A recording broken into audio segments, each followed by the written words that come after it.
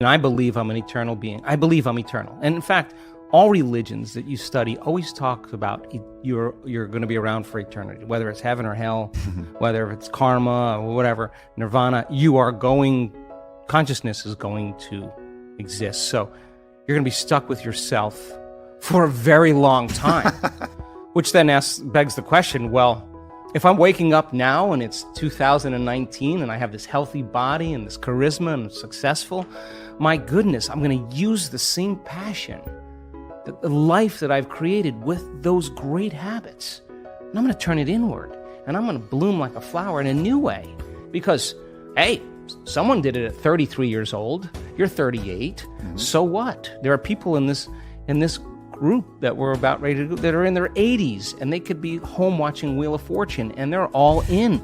And you can't tell me you're too old to do this work. We have people in their 80s and a few in their 90s. I've seen their brain scans and they know how to do it. And you know what? They're happy. You can't tell me you're too sick to do this work any longer. We have really sick people that have reversed very serious health conditions and even genetic disorders that there were no solutions for in medical science. And there were days that they doubted themselves. And there were days that they didn't feel like doing their meditations. And there were days they were in so much fear because the doctors told them they were stupid and they were going to die. And there were days they could have excused themselves and said, I have too much going on, I'm too busy. And they could have excused themselves and not done the work. But guess what? They did it anyway. They overcame the conditions in their environment. They overcame their beliefs. They overcame those programs, the conditioning. They overcame their body. They overcame their fear. Their love for life started to become greater than their fear of death. That's just because they made the effort to turn the battleship around. And you can't even tell me that you're too overweight or too underweight or too out of shape. I've seen it on all shapes and sizes. You can't even tell me that you never meditated before. In fact, many times people who have never meditated before have the most profound readings because they're not trying to do anything or expect to do anything or doing it their way. They're just following what you tell them to do. And in their innocence, they run right into something really big. So what? At 38 years old, practicing this, you could say then my new goal is to live for 150 years in a body that's 38 or 48. And we're measuring telomeres. We have people, many people, their biological age is way different than their chronological age. They don't care that they're 38. Their body tells them they're 28. And why? Because they're working with down-regulating genes for disease and up-regulating genes for health every day. Why? Because they understand that they can. And if you don't understand that you can and you're ignorant, then it doesn't work. So then people who actually say, I'm going to experiment. I'm going to become the scientist with my life. I'm going to measure the effects of me at cause. That's how I live. I say, all right, I'm going to change my energy. I can tell you, nobody changes. In all the years I've been doing this, nobody changes until they change their energy. And when you change your energy, you change your life. And why not every day instead of getting up and searching for your cell phone? 86% of the people that have a smartphone, the first thing they do when they wake up is they do their WhatsApp, their text, their Facebook. They take a picture of their feet, they post it on Facebook. Then they do their Instagram, take a picture of their cat, and then they link in and then they check one email, the other email.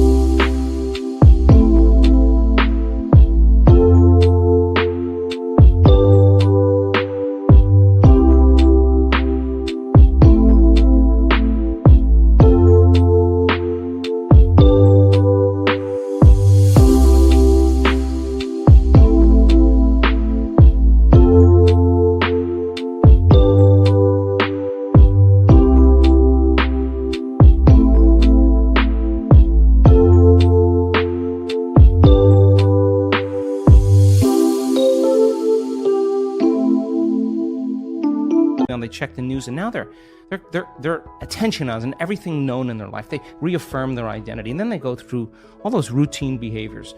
95% of them, they're not even present and conscious of. There's just a group of them. Or they're remembering their problems in their past. That's how they start their day. And don't expect anything in your life to change if your environment is controlling your feelings and thoughts. And if your environment is controlling how you feel and think, and I say to you, Aubrey, why are you so upset today? Oh, well, this person's upsetting me.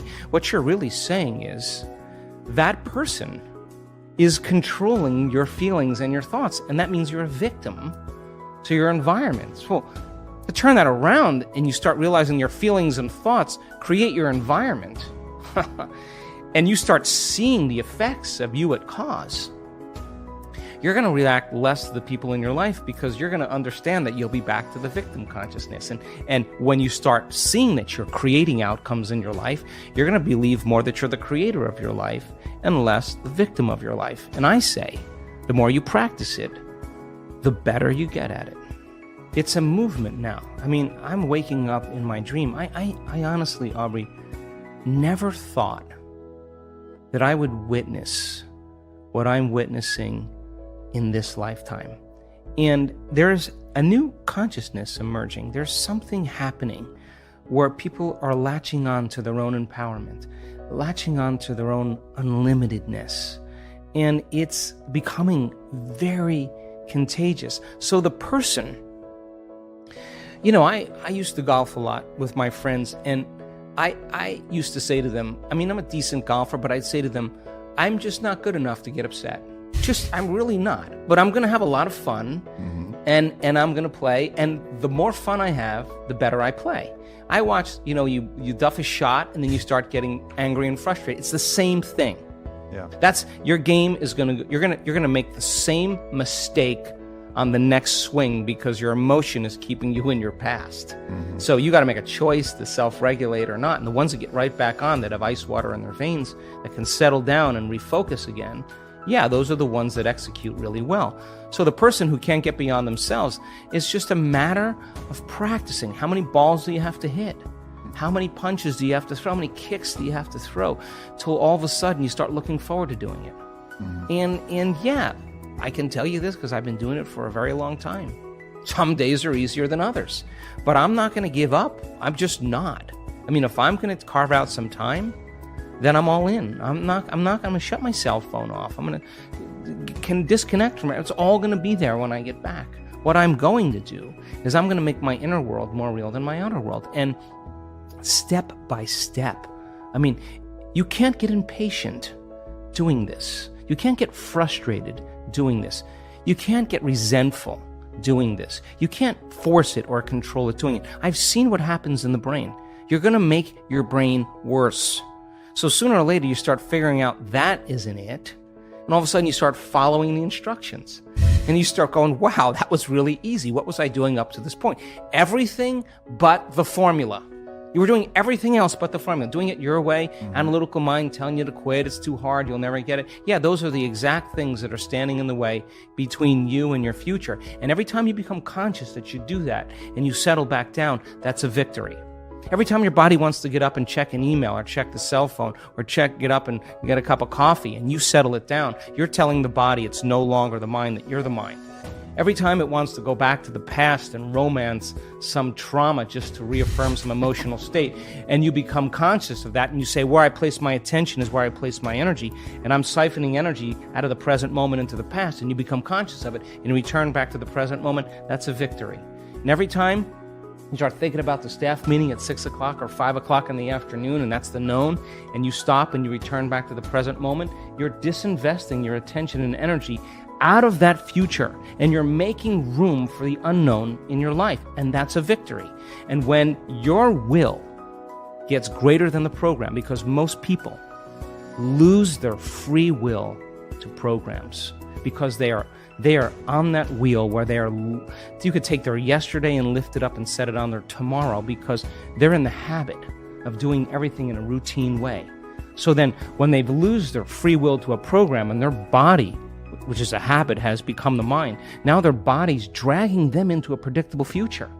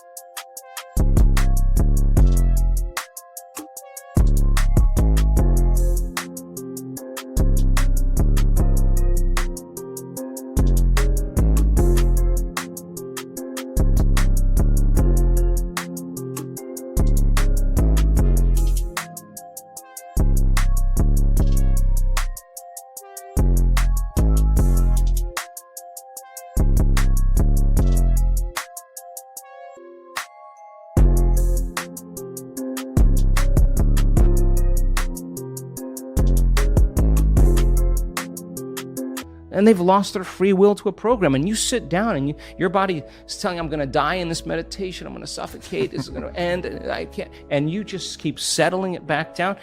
Every time you do that, it's a victory. I hope you enjoyed this amazing speech by Dr. Joe Dispenza, and you got the inspiration and motivation to quit the victim mentality and go to the winner's side. We'll continue with our daily challenge. Can you complete the inspiring quote and give us the right answer? If you can do it first, you're the daily winner. Many of you knew the right answer the last time, so congratulations to everyone with the correct answer. We were looking for 2 words. The quote was Joe Dispenza's and goes like this: we should never wait for science to give us permission to do. And the correct answer was the uncommon. So we should never wait for science to give us permission to do the uncommon. Today we also have the quote that belongs to Dr. Joe Dispenza, and the quote goes like this: life is about the management of energy. Where you place your attention is where you place. So we are looking for 2 words, and I'm sure you will know the correct answer. Write your answer in the comments below the video. Even if you're not sure, try and guess. You might be the winner of this challenge. If you love this video and find it helpful, give your thumbs up and share it with your friends. Don't forget to subscribe and hit that bell button so you don't miss my new videos and new challenges. So hit the bell button and you'll get noted when my new video is published. If you really like what we do here and want to support us, you can join our channel and our community for a symbolic fee and get many other additional features. You can do that by clicking the join button next to the subscribe button. Or you can click on the link in the description of this video. Stay good and have a great day.